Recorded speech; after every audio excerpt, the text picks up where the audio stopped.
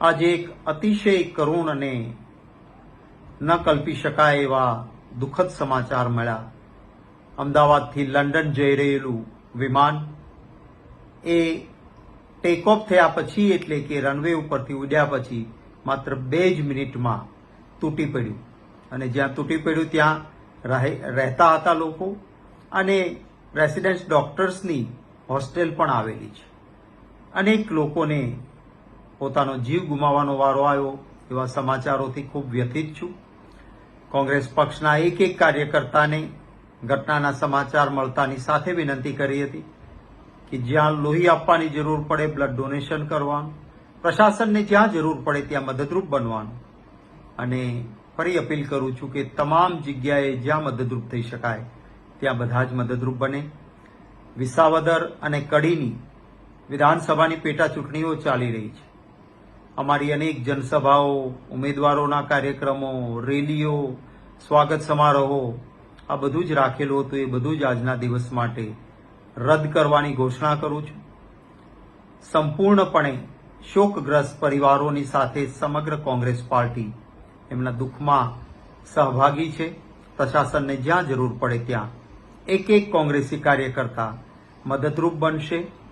અને આજના કડી અને વિસાવદરના તમામ કાર્યક્રમો રદ કરીને જે મૃતકો છે એમની પ્રાર્થનામાં, એમના આત્માની શાંતિ માટે અને પરિવારને દુઃખ સહન કરવાની શક્તિ મળે એ માટે ઈશ્વરની પ્રાર્થનામાં આપણે સૌ સાથે મળીને જોડાઈએ. જે પ્લેન તૂટી પડ્યું છે ત્યાં રેસિડેન્ટ ડોક્ટર્સની હોસ્ટેલ હોવાના કારણે ત્યાં પણ જે નુકસાન થયું છે, ત્યાં પણ લોકોને તકલીફો આવી છે. સાચો મૃત્યુઆંક તો હવે આવશે, પરંતુ એ સૌ પરિવારોના દુઃખમાં સહભાગી થાઉં છું. ઈશ્વર દુઃખને સહન કરવાની શક્તિ અર્પે અને મૃતકોને શ્રદ્ધાસુમન સમર્પિત કરું છું. મિત્રો, અમદાવાદમાં પ્લેન જે દુર્ઘટના થઈ છે એમાં ઘણા સવાર પેસેન્જરોના મૃત્યુ થવાની આશંકા સેવાઈ રહી છે. આવી ગુજરાત ઉપર મોટી દુર્ઘટના લગભગ ભાગ્યે જ જોવા મળી હશે. એટલી મોટી દુર્ઘટના ગુજરાત ઉપર આવી છે, આફત આવી છે. અને લગભગ 240થી પણ વધારે પ્લેનમાં પેસેન્જરો સવાર હતા. ઇન્ટરનેશનલ ફ્લાઇટ અમદાવાદથી લંડન જઈ રહી હતી અને પ્લેન ક્રેશ થયું છે. અને મોટા ભાગના જે આપણા પેસેન્જરો છે એમના મોતની શંકા સેવાઈ રહી છે. ભગવાન એમના આત્માને શાંતિ આપે, ઘાયલોને તુરંત સ્વસ્થ થાય એવી પ્રાર્થના કરીએ છીએ. અને સાથે સાથે આમ આદમી પાર્ટીના અધ્યક્ષ તરીકે 2 જે ચૂંટણીઓ છે, કડી અને વિધાનસભા અને વિસાવદરમાં, તેમાં અમે આજે અને આવતીકાલના તમામ જે રાજકીય કાર્યક્રમો છે, રાજકીય સભાઓ છે, એ સ્થગિત કરીએ છીએ. આપણે ગુજરાત ઉપર આફત આવી છે, આપણે સૌ કોઈ ટીકા ટિપ્પણી રાજકીય નહીં કરે. અને આજે ને આવતીકાલે એટલે 12 અને 13 તારીખના તમામ જે પોલિટિકલ કાર્યક્રમો છે આમ આદમી પાર્ટીએ રદ કર્યા છે. સાથે સાથે અમે પ્રાર્થના કરીએ છીએ. અમારી ટીમ પણ અત્યારે અમદાવાદ સિવિલ હોસ્પિટલમાં પહોંચી રહી છે મદદ માટે. અને ગુજરાત સરકારને, કેન્દ્ર સરકારને જે પણ આમ આદમી પાર્ટીના કાર્યકર્તાઓની મદદ જોશે અમે તૈયાર છીએ. આ દુઃખની ઘડી છે. આપણે સૌ રાજનીતિ ઉપર થઈને વિચારવું પડે અને સૌ એક થઈ અને આ દુઃખની ઘડીમાં ઉભા રહીએ એવી પ્રાર્થના. ફરીથી તમામ જે મૃતકો હોય એમને ભગવાન એમના આત્માને શાંતિ અર્પે, એમના પરિવારને દુઃખ સહન કરવાની શક્તિ આપે. જે ઘાયલો હોય તુરંત સ્વસ્થ થાય એવી પ્રાર્થના કરી, એવી અભ્યર્થના. નમસ્કાર દોસ્તો, હું ગોપાલ ઇટાલિયા. આજે 12 તારીખ અને બપોરના આશરે 2:30 વાગવા આવ્યા છે. અત્યારે એક અત્યંત દુઃખદ અને આઘાતજનક સમાચાર મળ્યા છે કે અમદાવાદ એરપોર્ટ ઉપર ઇન્ટરનેશનલ ફ્લાઇટ ક્રેશ થઈ છે. અને હજુ સુધી સમાચારોમાં કોઈ પાક્કી વાત જાહેર નથી થઈ કે કેટલા લોકો ઘાયલ છે, કેટલા લોકોને મૃત્યુ થયું છે, કોનું મૃત્યુ થયું છે, કશી જ જાહેરાત નથી. પરંતુ દોસ્તો, આ અત્યંત દુઃખનો બનાવ છે, આ અત્યંત આઘાતજનક બનાવ છે, કરુણ ઘટના છે. અને એટલે અમે, અમારી પાર્ટીએ અને મેં નક્કી કર્યું છે કે આ દુઃખના સમયમાં કોઈ રાજનીતિ નહીં. અને એટલે અમારો નિર્ણય છે કે આજે બપોર પછીથી અમારા જેટલા પણ સભા, રેલી, સરઘસ કે જે કંઈ પણ રાજકીય પ્રચાર કાર્યક્રમો હતા એને અમે આજે સ્થગિત કરીએ છીએ અને આવતીકાલે તારીખ 13 જૂનના રોજ પણ સવારથી લઈ સાંજ સુધી અમારા જે કંઈ પણ પ્રોગ્રામ હતા પ્રચારના કે સભા રેલીના એ તમામ પ્રોગ્રામને અમે સ્થગિત કરીએ છીએ.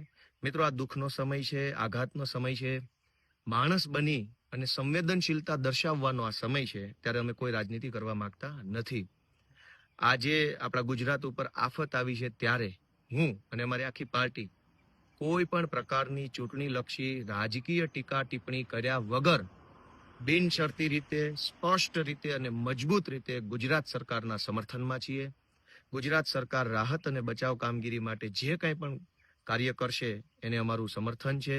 અમારી જ્યાં જરૂર પડશે, જેવી જરૂર પડશે, જેમ જરૂર પડશે તો અમે સરકારની સાથે ઊભા રહેવા માટે અડીખમ રીતે તૈયાર છીએ. અને જ્યાં સુધી આ આઘાતનો પીરિયડ પૂરો નથી થઈ જતો, આ દુઃખનો સમય નીકળી નથી જતો, ત્યાં સુધી અમે કોઈ પણ પ્રકારની રાજકીય ટીકા ટિપ્પણી કરવાના નથી. દોસ્તો, આ દુર્ઘટનાની અંદર ઘાયલ થયેલા લોકોને, દુર્ભાગ્યથી મૃત્યુ પામેલા સૌ મૃતકોને હું મારી સંવેદના અર્પું છું, હું મારી દિલગીરી અર્પું છું. કેમ કે આપણા ગુજરાતમાં આવી અત્યંત ખેદજનક ઘટના બની છે એનો ખૂબ વસવસો છે, એનું દુઃખ છે. મિત્રો, એક વિનંતી એ પણ છે કે ગુજરાત ઉપર આફત આવી છે, આ બહુ મોટો ઘટના બની છે. ગુજરાતમાં અગાઉ ક્યારેય પણ પ્લેન ક્રેશ થવાની ઘટના નથી બની, ત્યારે આ પ્લેન ક્રેશ થવાના વિડીયો હોય, ફોટો હોય, જૂના વિડીયો, જૂના ફોટો, પછી તો બધું જ વસ્તુ વાયરલ થવા લાગે છે. તો બધાને વિનંતી છે કે સમાજના તમામ વર્ગમાં ભય અને ચિંતા ન ફેલાય, અફવા ન ફેલાય, સમાજની અંદર લોકો તણાવમાં ન આવે, પેનિક ન થઈ જાય, એટલા માટે આપણે સૌ સંયમ બનાવી રાખીએ. સરકાર તરફથી આપણને જે કાંઈ સૂચન, આદેશ કે માહિતી મળે એને શાંતિપૂર્વક જાણીએ અને જાણ્યા જોયા વગર કોઈ પણ વાતને આપણે ન ફેલાવીએ એવી વિનંતી સાથે ફરી એક વખત હું આ દુઃખદ ઘટનાનો ખેદ વ્યક્ત કરું છું. રાજકીય ટીકા ટિપ્પણી છોડીને આ મુશ્કેલ સમયમાં, આ દુઃખના સમયમાં મારી સંવેદના વ્યક્ત કરું છું. અને આવનારા આજે અને આવનારો દિવસ, આ બંને દિવસના રાજકીય પ્રોગ્રામો અમે સ્થગિત કરીએ છીએ. જય જય ગરવી ગુજરાત. નમસ્કાર સાથીઓ, હું જગદીશ ચાવડા, 24 કડી વિધાનસભાનો ઉમેદવાર.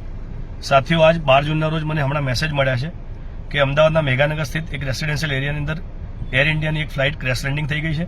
આ ફ્લાઇટમાં આશરે 250 જેટલા મુસાફરો સવાર હતા, જેમાં અત્યાર સુધીમાં 100 જેટલા મૃતદેહો મળી આવ્યા છે. હું અત્યારે કોઈપણ રાજકીય ટીકા ટિપ્પણી કર્યા વગર મારા તમામ કાર્યક્રમો, પ્રચારના કાર્યક્રમોને અહીંયા સ્ટોપ કરું છું અને અમદાવાદ સિવિલ હોસ્પિટલ ખાતે હું જઈ રહ્યો છું. મારા મિત્રોને, મારા ટીમના સાથીઓને પણ હું વિનંતી કરું છું, પાર્ટીના સાથીઓને બી વિનંતી કરું છું કે આપ પણ તત્કાલ સિવિલ હોસ્પિટલ ખાતે પહોંચો અને જેટલી સહાય થાય એટલી સહાય કરો. અને હું આ કઠોર સમયમાં દેશની સાથે છું.